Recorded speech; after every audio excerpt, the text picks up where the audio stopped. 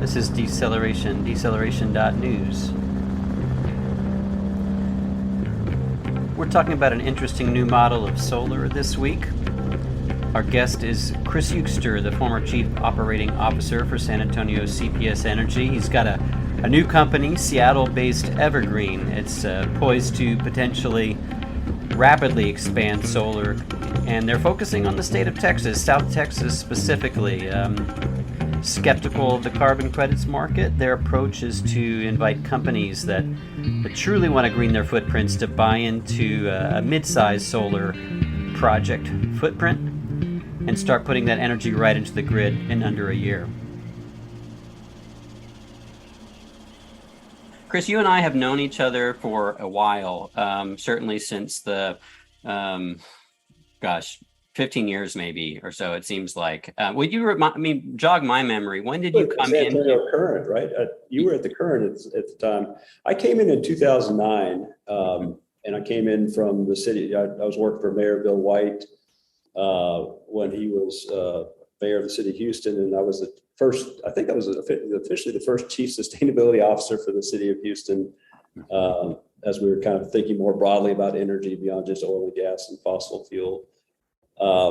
And then when he ran for governor against Rick Perry, the CPS Energy opportunity opened up, and they were looking for a chief sustainability officer. I think the whole, Jeremy Rifkin and the third industrial revolution conversation under Mayor Phil Hardberger was happening, and kind of sustainability became a high priority for the utility, and that's how I came in in 2009. That's a long time ago. That's a great reminder. And for folks who are not, and not many people will be that familiar, because this is kind of inner workings of the local utility. You all, or board members, were traveling to Spain, I believe. Jeremy Rifkin kind of commandeered a plane, I guess, and got everybody over there to say, hey, this is the future. We're looking at solar, we're looking at wind, decentralized energy. And it was a real heady moment, right? And from that forward, what a ride that must have been. Yeah, I think it was a big pivot for San Antonio and CPS Energy to kind of, again, start to go down the path of renewables, and at least kind of set things up to go down that path. So I came in. I think I came in after that Spain trip. I think I was there in 2009. I think my first visit to San Antonio was a series of workshops that Mayor Hardberger was doing as a result of that trip. Mm-hmm. And so you came in. Was your title like a sustainability officer for the utility initially? Yeah, I think it was straight up chief sustainability officer. Yeah. That was the title. But I think what was unique about it, Greg, was it was at a pretty high level within the organization. So it was reporting into the CEO. Mm-hmm. The position had leadership support and direction. It wasn't sort of a one-off, or here's what we're going to do on sustainability. It felt like it was a core part of who the utility was or is, and that's the reason I was excited about it. It was kind of a seat at the table, a voice at the table, as we think through generation planning and all sorts of stuff. So that's what made it a little bit different from kind of a typical, right. It was a senior management. It was a senior management position where decisions were going to be made and action was going to be taken. Mm-hmm. There's a lot of places folks can kind of go to get sort of like a recent history of the utility, and we could go down a lot of paths in this conversation. I'm most interested in talking about your current work, but I don't want to foreclose here. If you want to, to tell folks like kind of like when you left, you went to kind of was it an international utility kind of? I think the way I think about it, Greg, is first of all, I have wonderful feelings and memories about CPS Energy. I think some of the things that I feel very proud of what we did as a team over there was, I remember actually, I think it was the first month or two on the job, I was in front of council, getting approved for the first step program. Mm-hmm. And, and then we, stood up 400 megawatts of solar with the OCI partner. We thoughtfully shut down 2 coal plants with the Dealey plant. So, there was a lot of good momentum there that we did. And CPS, even today, is a leader in renewables in the state of Texas, has one of the most comprehensive energy efficiency programs, is forward thinking, and as well as sort of, a well-run utility in terms of keeping rates affordable and balancing all the different aspects of reliability, affordability, and the environment. But after 12 years, I wanted to do more. I wanted to do, I just wanted to do more, and I felt like I had to move on.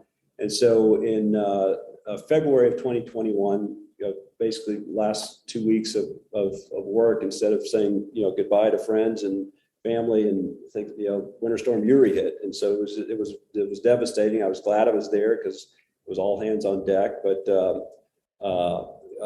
that's what I left right at the end of February, and took a job here in Seattle. But ultimately, I ended up, my passion is, I feel like we have a once in a generation opportunity to figure out this energy transition, mm-hmm. and to tackle climate change. You've seen these major industries kind of transform, whether it's the computing internet in the 90s and telecom, and the power industry is of that magnitude. And I wanted to be kind of at the forefront of that, and really kind of pushing new business models, new technologies, new approaches.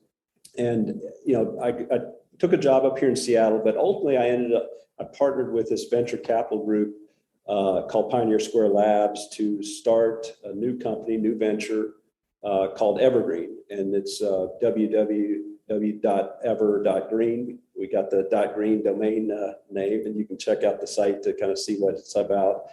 But basically, what we're trying to do is accelerate the energy transition by bringing in corporate dollars and corporate sponsorship for standing up new renewable projects much faster than what business as usual would take. And so that's kind of what we're up to. And we've got a great team up here, and a lot of our projects are in Texas. So I'm shuttling back and forth between Seattle and San Antonio, and having a lot of fun with it. I mean, you don't have the same scale and resources as you do, in a leadership group at a major utility. But you're also like your little speedboat. You're a lot faster. You can move. You can pivot. You can think about new concepts, executing new concepts. You don't have to be as measured and as reserved as you are as if you're working at a large organization. And if you can figure it all out, and if you can get it all right, maybe you can have impact. And that's kind of what we're trying to do. Mm-hmm. And for me, kind of that sense of purpose and making a difference is really important to me in my career. And so I'm kind of all in now on this energy transition and tackling one of the most important topics of our generation, which is climate change. Mm-hmm. Yeah, and I want to reserve the bulk of our time for that, to work forward from that point. I will say that again, folks who aren't as familiar with the history here, your transition out of CPS, though it occurred kind of like right, in the weeks after Uri, it was teed up. You'd been out and been in the market and knew you had to go to try some new things, as you're describing, to satisfy your desire to make a difference, to move a little bit more quickly, perhaps. And I will say, as someone who was at the table with you, observing you as a reporter from sort of outside, but also coming to the table nearly 5 years with as a clean energy organizer in San Antonio. I think there was a feeling among those that I was coming in with that these were things that you were interested in, that you were excited and you wanted to find a way to put things in motion. And so there wasn't a feeling of resistance that folks got when they sat with you. I do recall one of the last times that I really was watching you in relation to CPS Energy, decarbonization, and climate goals was when there was kind of that. It was after the board had adopted or agreed to adopt or approve embrace the goals, the city's goals under the climate plan of 2030, 2040, 2050, carbon reductions down to net zero. You kind of invited the board in a public meeting to, let's to I'm trying to think of what imagine a world we could be, in a world beyond coal, right? I think you used language that was kind of straight out of kind of some of our organizing work, and immediately other leadership kind of stepped in and said, well, we don't mean that's what we're going to do, but this is what we could do. Then the resource plan came out, and that's been kind of I think Rocky Mountain Institute looked at that resource plan, and you were there while it was created. And their feedback to the mayor's office, we're learning now, was you guys have got to correct this language publicly as soon as possible, and that didn't happen. So that's what I mean when we're in kind of like a crooked moment. It's kind of around those conversations. So anyway, I just wanted to share a bit of that, and I appreciate it, Greg. And it's ironic because we're all trying to get to the same place together. Mm-hmm. We're all on the same team. We're all on Team Earth, and it's a little bit sad the way kind of the relationship with between the utility and the environmental groups has gotten to. But hopefully it'll get to a better place. So with solar, I mean, this is really exciting. So to be clear, Evergreen. You're in Seattle, but you are moving this forward primarily or almost exclusively right now in Texas. Is that correct? Yes. Okay. What is it? So Texas, a national leader in wind, didn't follow the same path or the same course with solar. We're just I'm seeing between different sources 2 to 4% capacity in solar only. What is it that has kept solar in so constrained in your opinion? Yeah, I think the market is waking up to solar. I think you're right. Yeah, I think 2021 was 4% of ERCOT was solar. I think this year to date, I think it's already 5%, and we haven't really hit the kind of the August, high solar peak. So I think this year we may be up to 6, 7, 8% of ERCOT being solar. So you look at what's in the queue. There's a ton of solar in the queue. Yeah. And so I think to your point, the market is waking up that, hey, solar actually has a very tight correlation to when high demand is. So when all these air conditioners are coming on, that's when you need power. And that's when it's 100 degrees with not a cloud in sight. So I think the market is kind of figuring that out. Storage is coming in play to firm up solar, which is, probably wasn't around, 4 or 5 years ago.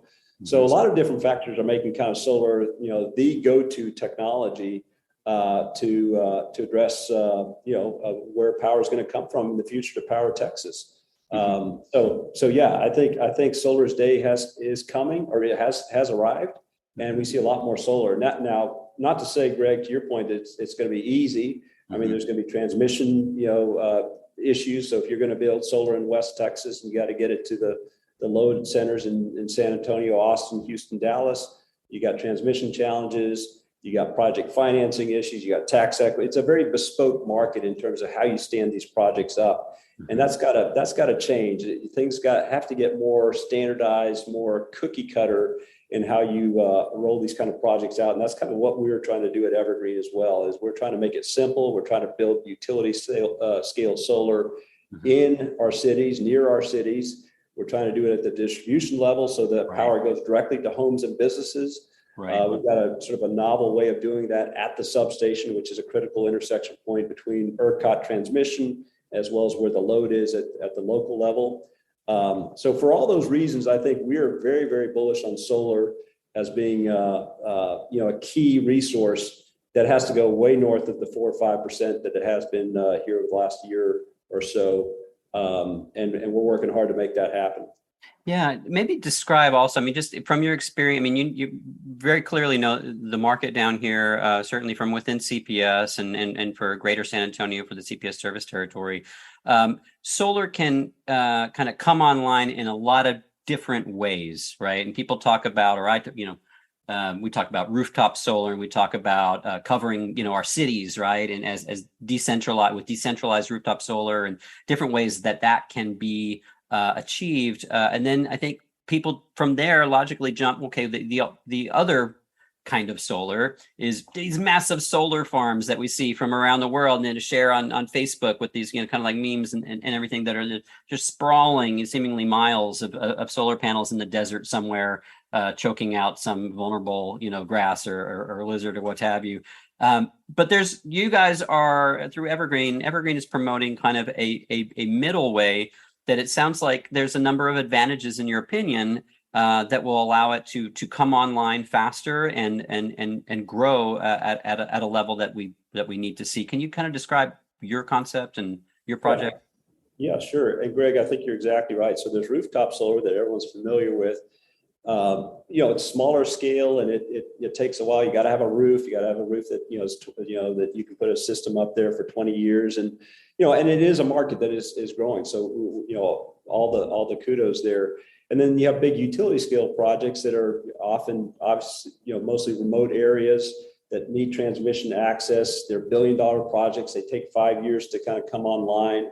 And what we've discovered is there's something in between. There's sort of a Goldilocks of solar, where it's a 10 megawatt project, which is kind of utility scale is about 100 megawatts plus. Rooftop is maybe a tenth of a megawatt, 100 kW, 50 kW, 10 kW. So this is 10 megawatts, so it can serve about 2,000 homes of that size, or equivalent of that. And what we find we can do is we can actually locate that in the cities. So we can put those type of systems in our cities, and they are big enough to make a difference. But they're not so huge that you need 500 acres that you got to, fence up and kind of, you just don't have that land access. So what we're finding is you can stand these up strategically and with our corporate off-takers, because our companies are basically buying the environmental attributes of those solar systems. The cost of standing up those projects don't have to be borne by the ratepayer, the customer of that community. So if a city, San Antonio, wants to go solar, more solar and don't have a cost to the local customers, corporate America is willing to kind of stand up those solar projects. And because they have ESG goals that they have to, fulfill for their shareholders and ESG, that's the sustainability goals. Sustainability, environment, society, and governance. And it's a big topic. The SEC is coming on, and it's basically saying, look, a liability to companies is climate change. And they have to do something about that because they've got investor money coming to them. Every risk, they've got to measure.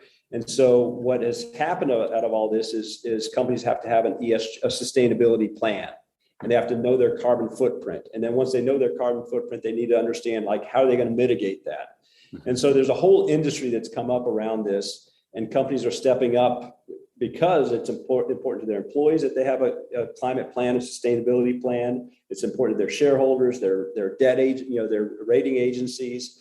And so they set these goals, but they don't want to do rooftop solar on their site. Maybe they're in California or in Seattle where the power is already all hydro, so you're not offsetting any carbon fossil on it. So one way they can do that to reduce their carbon footprint is to stand up new solar in Texas, which ultimately will offset the power coming from a coal plant or a gas plant. Or aren't they just going to buy credits? I mean, there's a way to buy indulgences too, right? So you're counting on them to doing something that has direct real world effect. Is that right? Exactly. You can go and buy these renewable energy credits, and they're called unbundled RECs, and they've been produced by a wind farm or solar farm 5 years back, and they might have been traded a few times. So they're not creating additional solar. There's this concept of additionality. And so with our clients and our customers, their credits that they're buying are actually standing up new solar projects. And that's important to them. And so, that's what our product is, which is different from the broader REC market. Mm-hmm. Well, yeah, I mean, we're hearing all the time about kind of like some of these markets and credits being traded or doled out multiple times, and not a lot of skepticism out there on what that actually what we actually achieve through the credit market. So I do think this is pretty exciting, and the need. I see that the need clearly is there. I'm also concerned that we're with other decisions being made, and this is kind of outside of your and my control, but but with the acceleration and invitation from the state of Texas to the kind of crypto market and that, I mean, I know there's numbers out there that we're talking about the amount of load that's going to be required just to meet kind of this additional needs that aren't actually creating power for people. So there is a huge. I mean, what do you feel like you can get done? You said these mid-sized farms can go up in less 2 years. Yeah, I mean, in less than a year, we can stand up these solar farms, and what we do is we connect them at the distribution level with a utility like a CPS Energy, but then we use a wheeling tariff to settle that in the ERCOT market. So there's a way to financially transact that, so you don't have to have the utility buying that power or doing an RFP for a PPA. So it allows us to fast track that, because I think part of the challenge is these things, these more standard ways, they take a long time to do. And so for us, we just need a site. One of our corporate off-takers, sponsors a project, and we can build that within a year and have 10 megawatts of solar online in a very fast way. And we can replicate it. It's cookie cutter, so we can do it. We essentially need to be close to a substation, and I think there are 400 plus substations in San Antonio, so we could do 4,000 megawatts in San Antonio and put blanket the whole city with solar with these corporate off-takers. And so, they're just interesting models that we think we can accelerate the pace to an energy transition to 100% renewables in hopefully in the next decade. Mm-hmm. Let me ask you just a kind of a wave a jargon finger on RFP, PPA. So for folks who are not in the energy field or aren't following energy Twitter, how now a lot of like utilities like CPS don't own their own solar, right? They contract with a third party, with a company such as yours, and they request for, and then describe how that works and what may be different in yours. Yeah, so a typical project, especially if you're going to sell it to the utility, they're going to do a request for proposals because they want to get the best bid out there. And CPS, when they did the 400 megawatt solar and even the 900 megawatt flex power bundle, they're getting bids from all over the place, 200-300 bids, and then there's a process of going through those bids and ultimately kind of choosing the one that they feel best. That takes a year or 2 years to kind of go through. And there's a cost because the utility is buying that. And the reason they do a power purchase agreement is there are tax credits that are associated with these projects that CPS Energy can't monetize. So what CPS does is they buy the power at a certain rate, and that basically allows the project to finance and stand up. And then CPS Energy has the rights to that, the environmental attributes, the RECs that are associated with that power. So we have the same model, but instead of going to the utility, we're going to a corporate offtake, a company that wants to buy the environmental attributes of that project, just like CPS Energy wants to have more solar. This company in wherever, some other state wants to have more solar to offset their footprint. They can either put it on their roof or they can stand up this project in Texas. And so it's just a much faster process. There's no RFP, there's no PP. It's just a much faster process. So HEB comes. Right. HEB says we want to cover the entire, our entire energy footprint. We want it all to be renewable. We want it to be solar.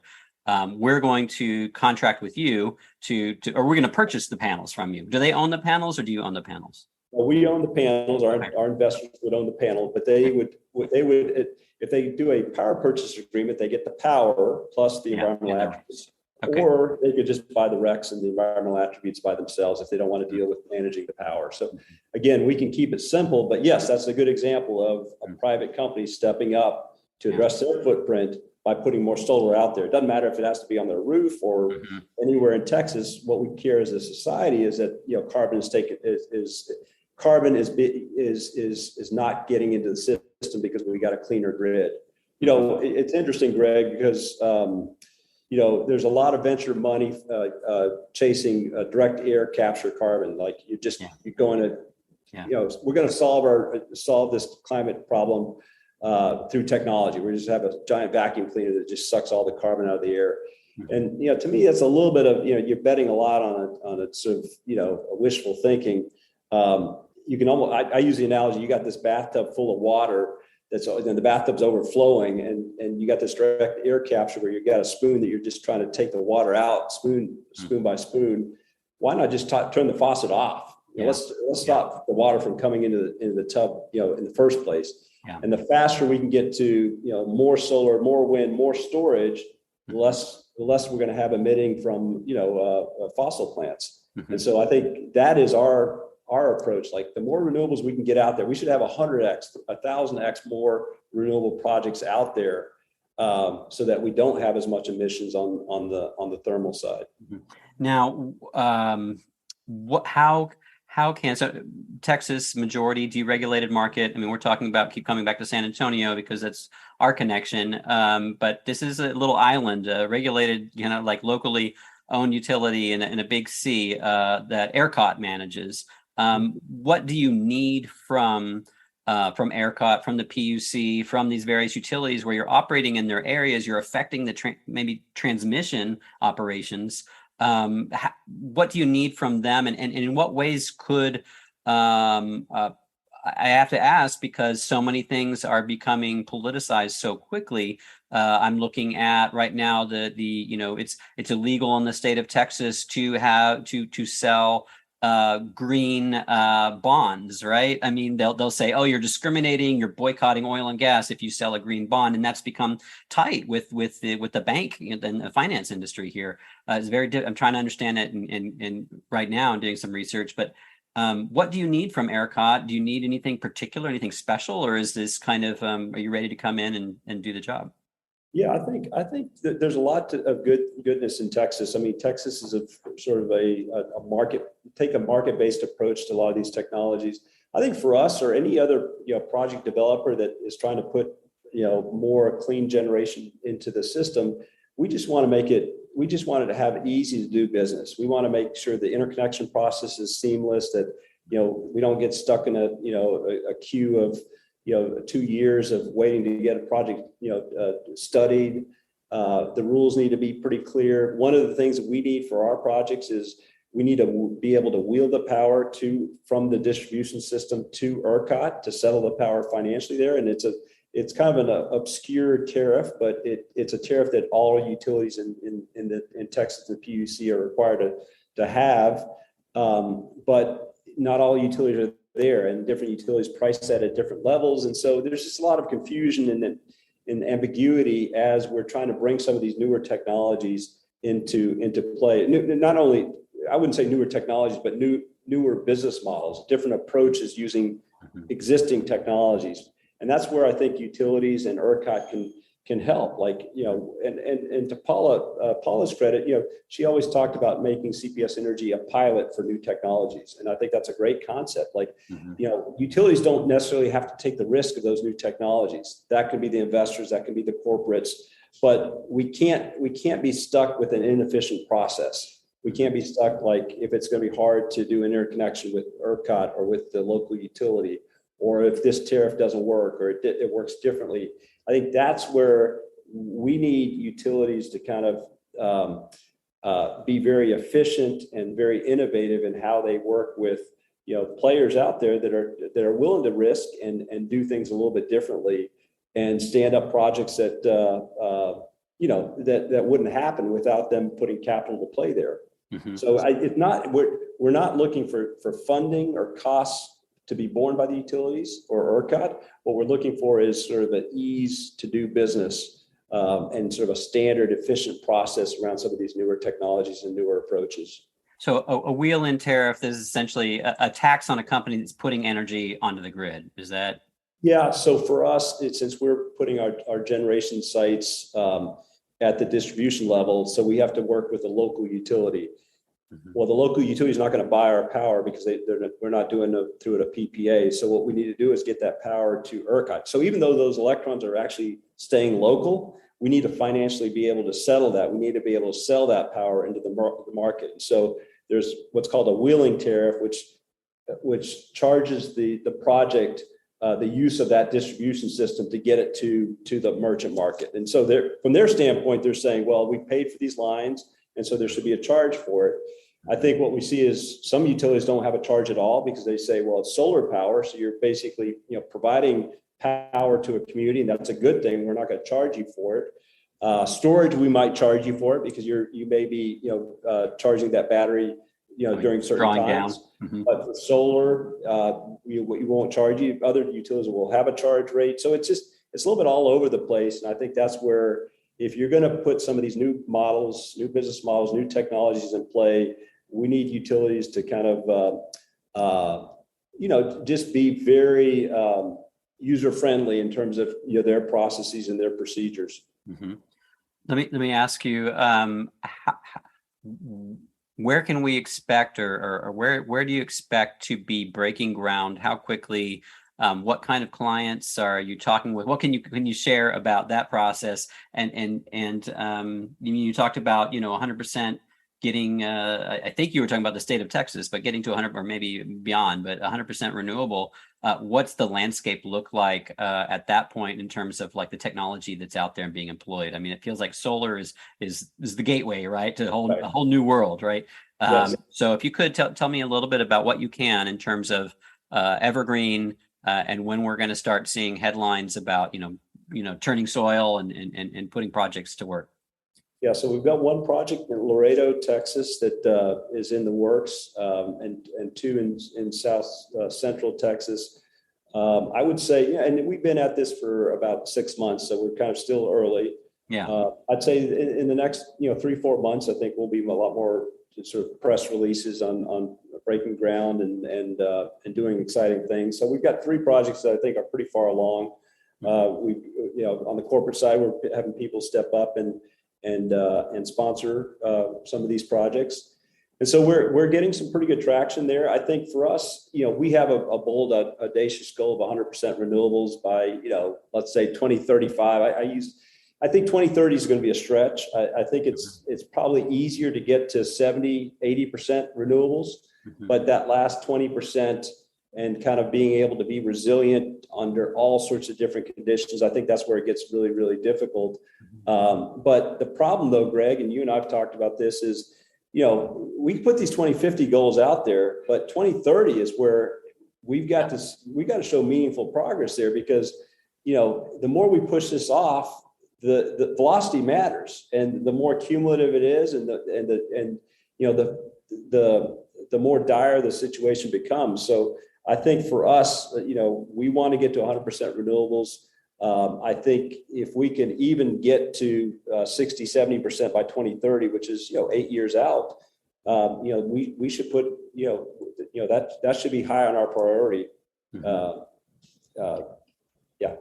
Yeah, and I know there's also you are looking at, and we've spoken before about some of these locations. It's like, how can you either offset harms, right? Because some anytime you're putting something new in the ground, it can do damage, but it also could influence or maybe interrupts the transmission of wind. It's going really great here, and then you've got a new current interrupting somehow or causing difficulty.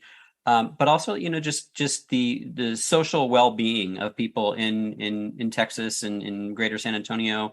I know one idea with some of these farms is, can you also integrate that with conservation easements to lock up land, to keep it sensitive land from being developed, or let's say pollinating, plants, or these sort of things? Because I know you want to kind of layer good if possible. Can you describe some of the thinking around that?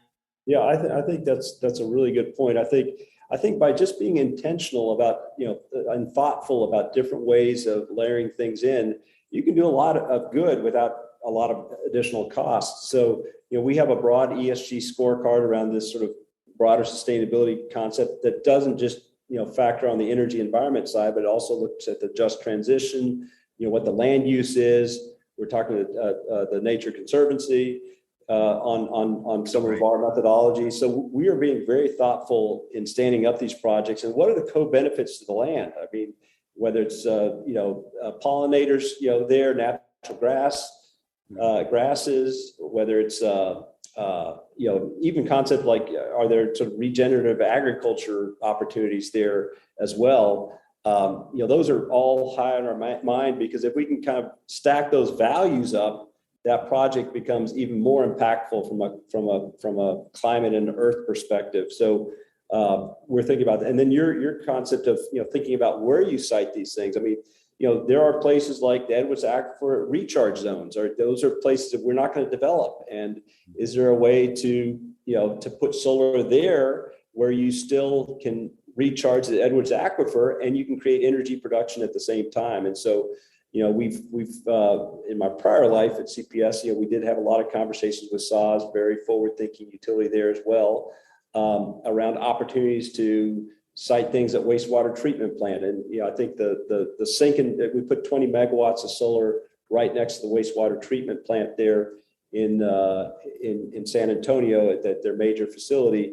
And it was a nice water energy nexus. It was a nice win-win. But like you said, you've got to be thoughtful about where you locate these projects. And there's definitely opportunities to do that in a thoughtful way, for sure.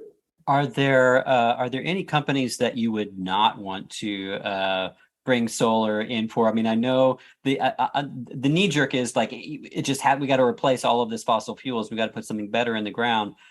We know also, you mentioned kind of like direct air carbon capture, and some of this other kind of like green technology. There's a certain amount of that every IPCC report it premises success on, right? There's a certain amount of carbon sequestration that's baked into us ever avoiding 2 degrees or 1.5 degrees, which looks very, very unlikely at this point. But there's also an assumption to reach those goals that there's a certain amount of changes in our own consumption patterns. So I wonder, as an energy generation company, is there a way you can also contribute to the consumption side or some other part of that conversation?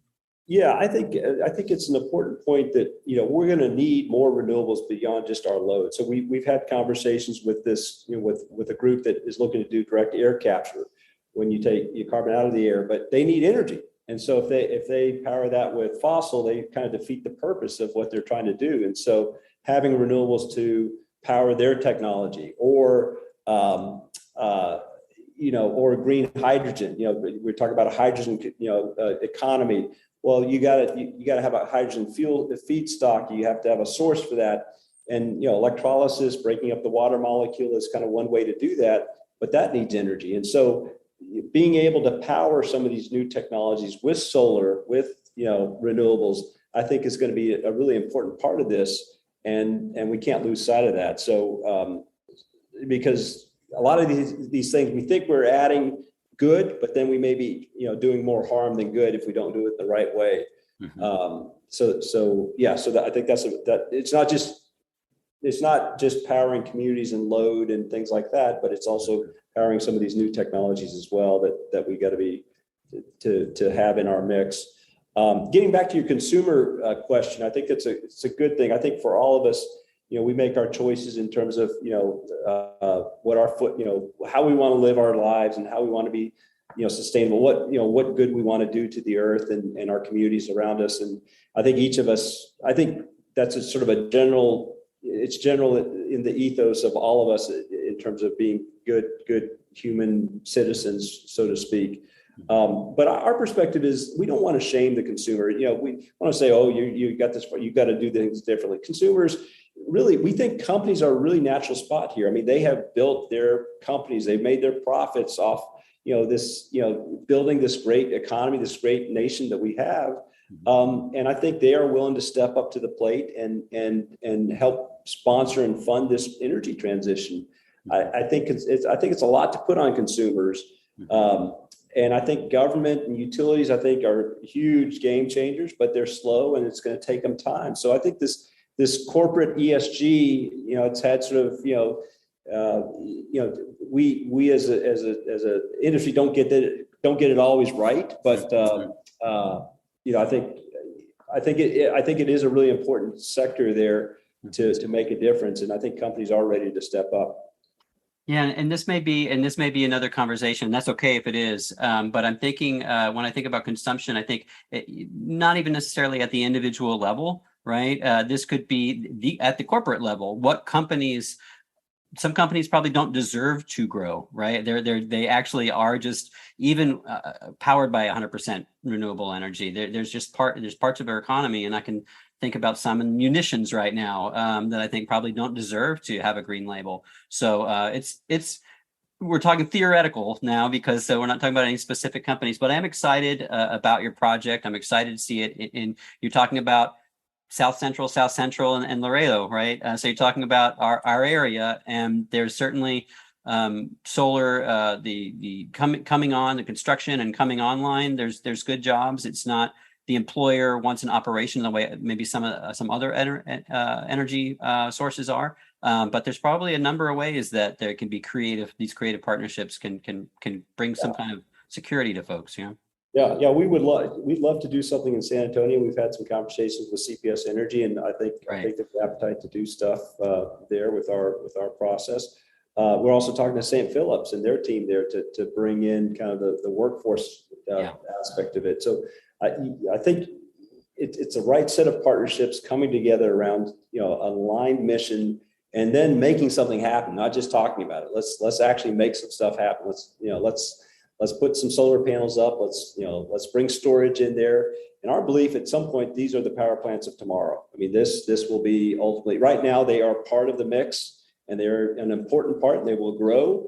But when we're at 70, 80%, they will be the plants. And so we need to think about their reliability, their affordability, their resiliency. And so all of this, I think, is part of the conversation. And I applaud CPS Energy for going through a resource plan here to kind of figure this thing out. They've got 3,000 megawatts of fossil generation, a lot of it older, that has to be replaced. And I think their projects like what we're doing can help accelerate that path for sure. Well, it's really exciting to catch up with you and see you kind of off the chain, as it were. I know, like, there's just things that gave you a lot of pleasure at CPS. It was clear, and there's also a lot of frustration in the need for change, the need for growth, the need for new directions that just wasn't manifesting. So this project is going to be a fun one to watch, and I look forward to our meeting you out on one of these sites one day and seeing it come to fruition. Absolutely, Greg, and I appreciate the invite here. Yeah, sure. Absolutely. Okay, talk with you soon. Thanks, Cris. Bye-bye. Bye. Thanks for joining us at deceleration.news, and we welcome your thoughts on this podcast or anything else over at editor@deceleration.news. Visit our website, sign up for our free newsletter, and if you want to see this work continue, support us. You can go to our support page on deceleration.news or directly to patreon.com/deceleration. Again, that's Patreon, patreon.com/deceleration. Thanks for joining.